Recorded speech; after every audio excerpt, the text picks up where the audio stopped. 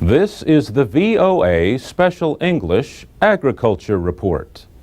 Soil naturally contains harmless amounts of lead, along with other metals.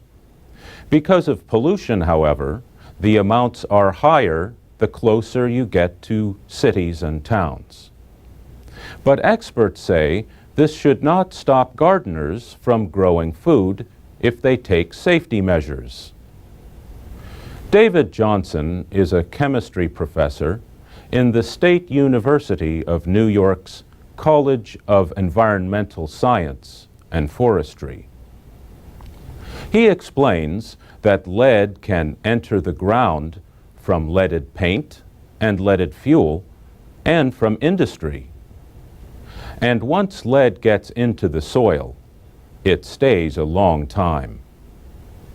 It remains an environmental threat, especially to children. Lead can harm mental and physical development even in babies before they are born.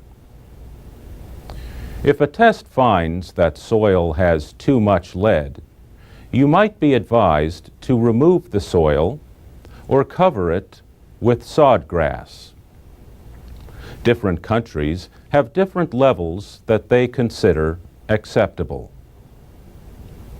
Carl Rosen of the University of Minnesota Extension notes that concerns about lead have increased now that more people are planting gardens. But Professor Rosen says plants generally do not absorb much lead. He says there is likely more risk from lead dust on plants or from playing in the soil than from the plant itself. Still, some plants do absorb more than others. Experts say good choices for the garden include tomatoes, peppers, beans, and okra. Among the plants that can absorb more contaminants, they say, are root crops, leafy vegetables, and herbs. If you grow carrots, for example, you might want to peel them. Dirt may be harder to remove from some crops than from others, but all produce should be washed. Gardens should be planted away from roads and structures, especially old buildings. Home gardeners should plant away from the foundation of their house. And lead amounts can be especially high near industrial areas and waste dumps. Soil should also be tested for its pH level, a measure of the acid and alkaline balance. Experts say the ability to take up lead is reduced when the pH level is above 6.5.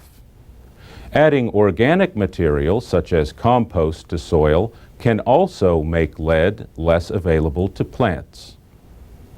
Some people attempt a process called phytoremediation.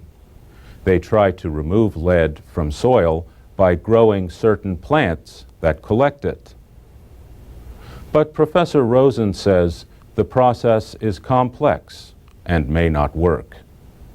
And that's the VOA Special English Agriculture Report.